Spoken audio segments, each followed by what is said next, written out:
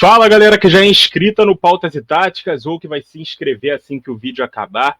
Hoje viemos fazer uma prévia tática do que deve ser essa final da Euro entre Espanha, de Luís de la Fuente, e Inglaterra, de Gareth Southgate. Quais são as armas para essa batalha final que vai definir quem será o novo campeão da Europa de seleções?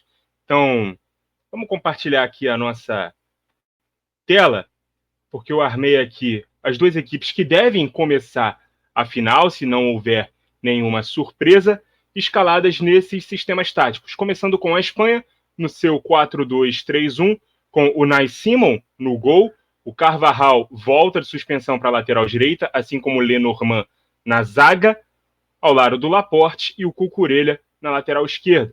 Os dois volantes, o Rodri e o Fabian Ruiz, o Dani Olmo sendo esse camisa 10, o meia mais avançado, Lamine Yamal na ponta direita, Nico Williams na ponta esquerda e o Morata, o centroavante.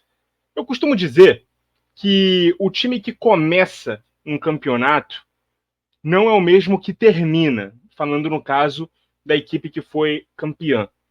E essa frase não é minha, tá? Essa frase já existe e ela é bem verdadeira. No caso da Espanha, a única mudança que se deveu foi uma mudança forçada, que foi o Dani Olmo. O titular é o Pedri.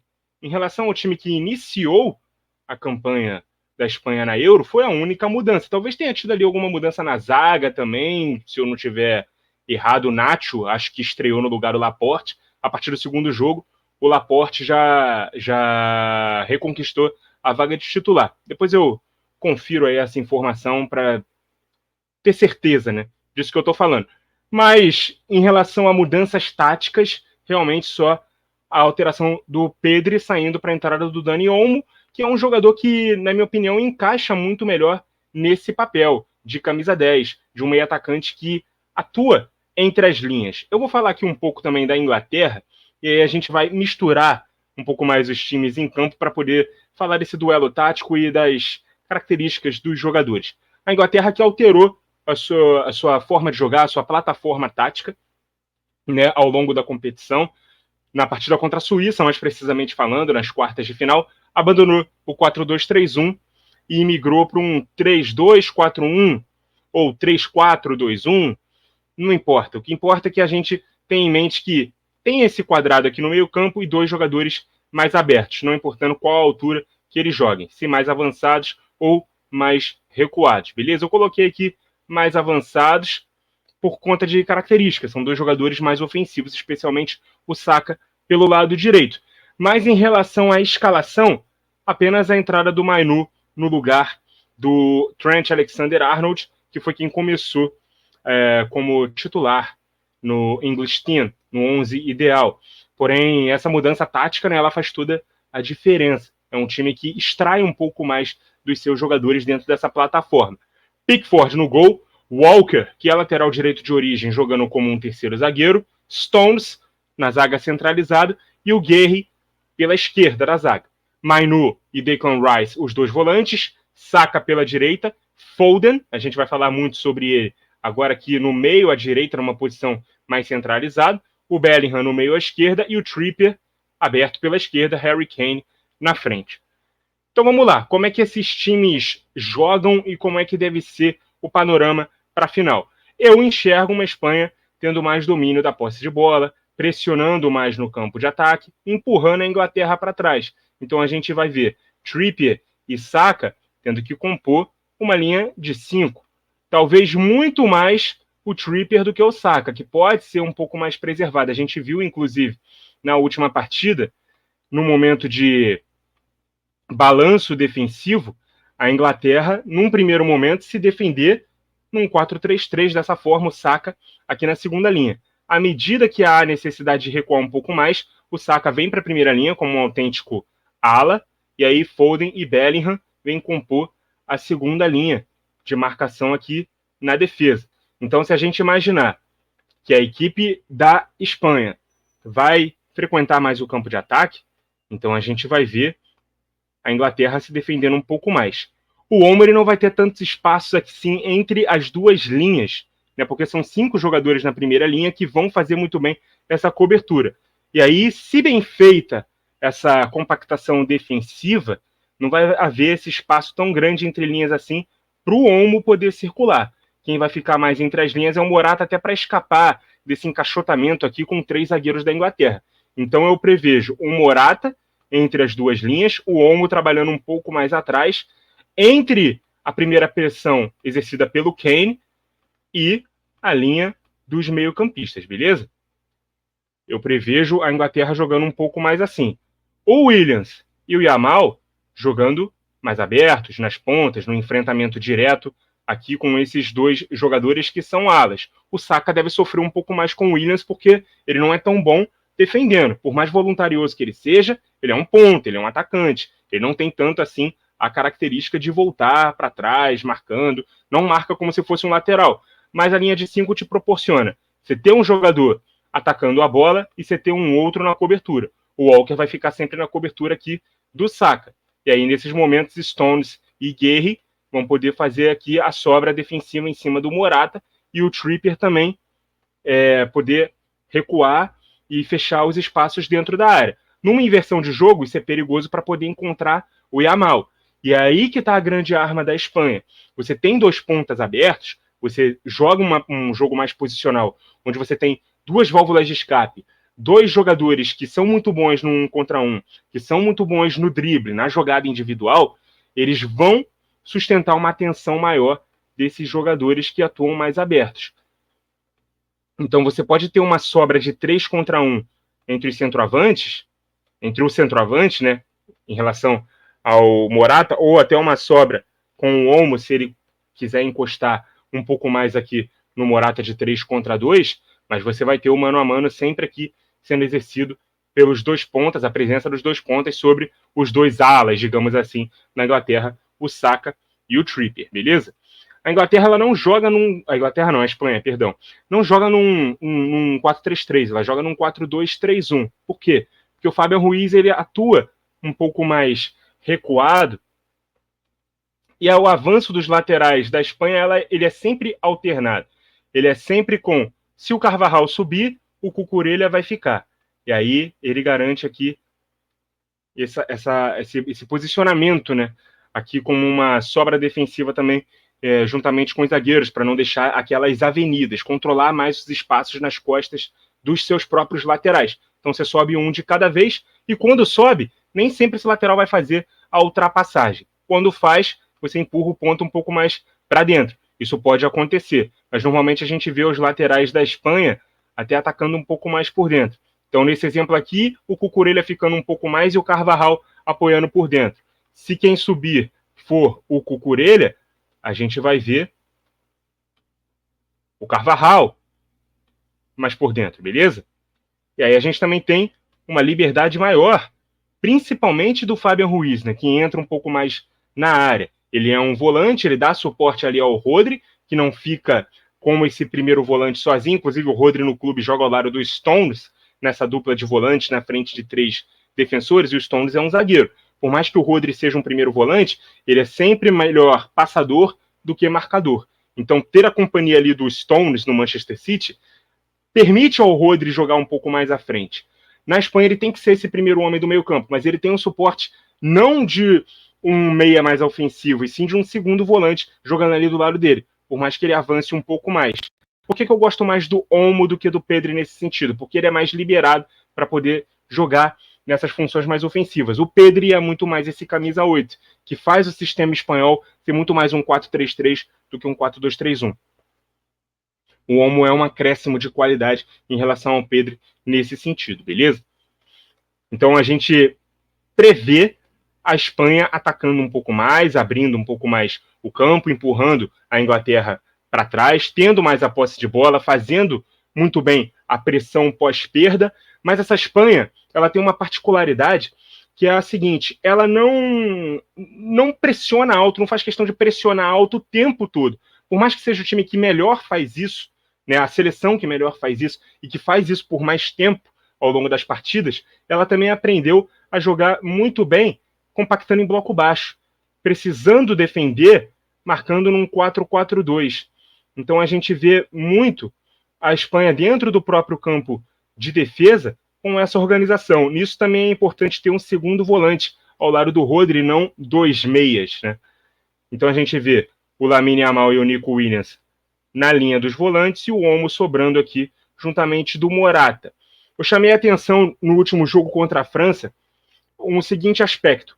Quando um ponta vai para dentro, produz a jogada por dentro, e aí, na necessidade de uma recomposição, ele está um pouco mais longe do seu espaço, quem estiver mais perto pode fazer essa cobertura. Foi exatamente isso que eles fizeram num jogo contra a França, ali na altura dos 30 minutos. O Nico Williams tinha feito uma jogada para dentro, e aí, precisando recompor, o Olmo estava ali mais perto. Então, o Olmo fez essa recomposição por fora, jogando nessa segunda linha. O Nico Williams ficou aqui ao lado do Morata. Depois que a jogada se concluiu, não deu em nada, a bola saiu, eles voltaram a trocar de posição. Então, essa voluntariedade de saber que muitas vezes compensações táticas, principalmente de ordem defensiva, acontecem, é um grande diferencial da Espanha. É um time voluntarioso, não apoia com seus dois laterais de uma vez só, o avanço dos laterais é alternado, os pontas podem trocar de posição com o meia no aspecto defensivo, esse meia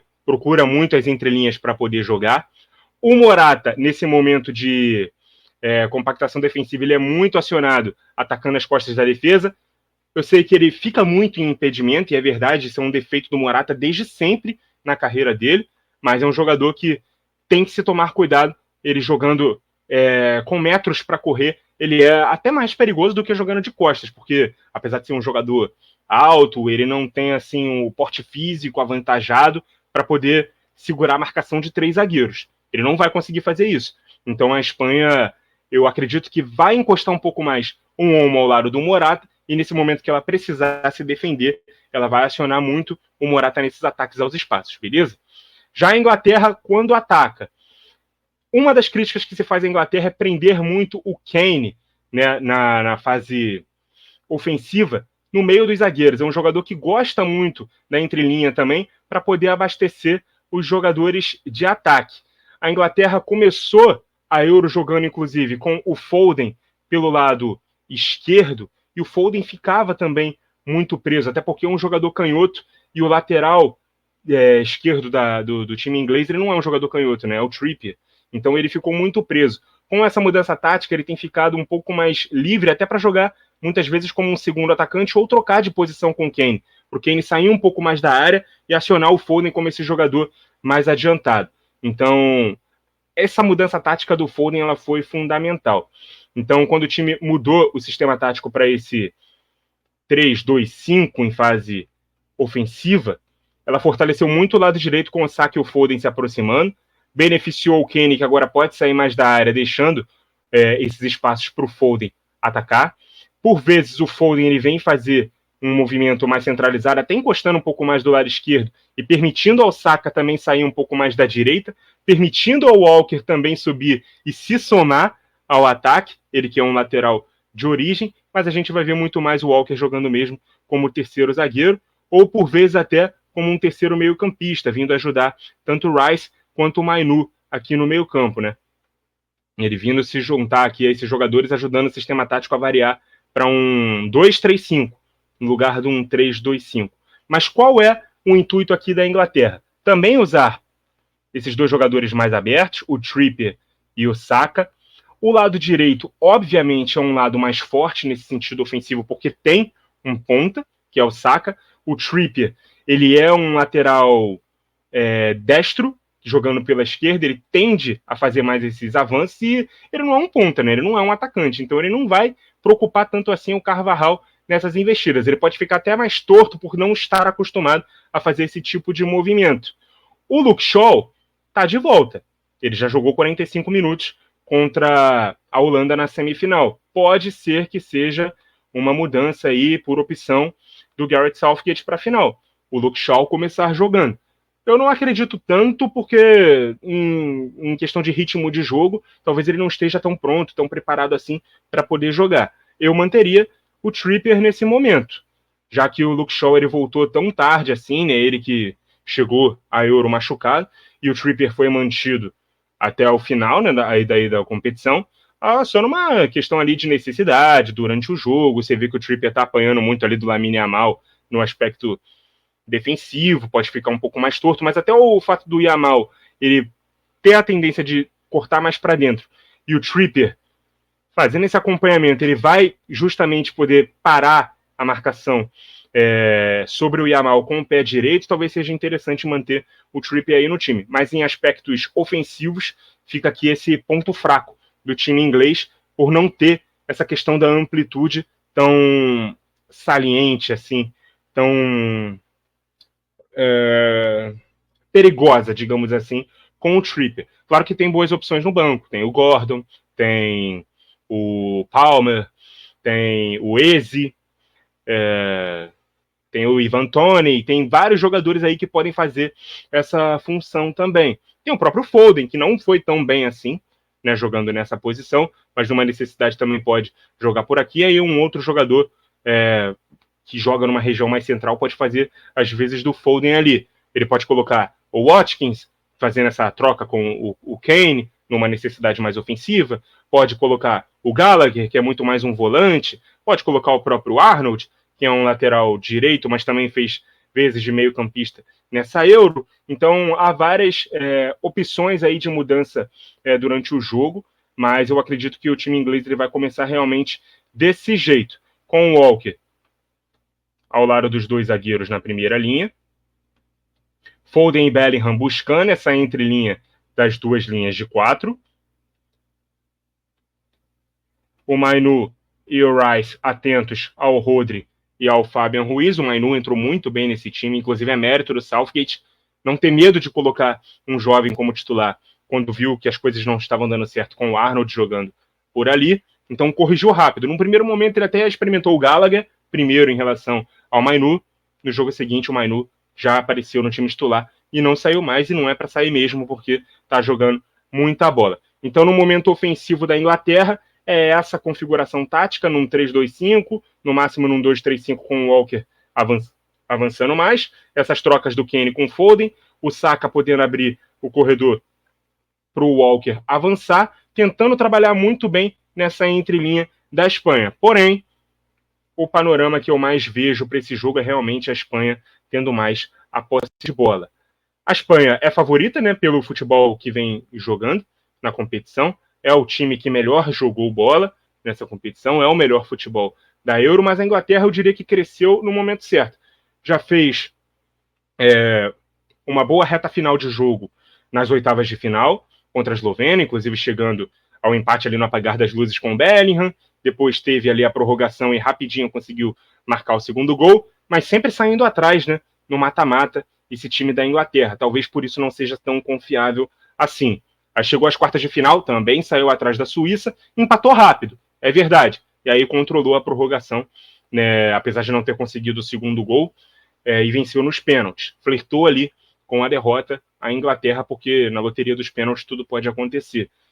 E aí nesse terceiro jogo do mata-mata, né, contra a Holanda, para mim, o melhor jogo na Inglaterra, fez grandíssimos 45 minutos do primeiro tempo contra a Holanda, e aí depois no segundo tempo sofreu um pouco mais, mas também chegou ao gol ali no finalzinho, porque tem boas individualidades, inclusive no banco, para poder fazer bem o seu papel. Então eu acredito que a Espanha é a favorita, mas não devamos subestimar a Inglaterra, porque dentro das suas individualidades poderia, como terá condições, né, de poder surpreender mais uma vez. Eu diria que a Espanha é favorita, mas a Inglaterra tem muita chance aí de ganhar. Um jogo só, 90 ou 120 minutos, também pode ir para os pênaltis. É um time mais cascudo no que diz respeito à experiência. Tem jogadores ali sedentos por essa primeira conquista de Euro, né, do time inglês. Vários deles estiveram na final da edição passada, 2020, que foi jogada em 2021. Tem aí toda a questão ali do Harry Kane tentar conquistar o seu primeiro título.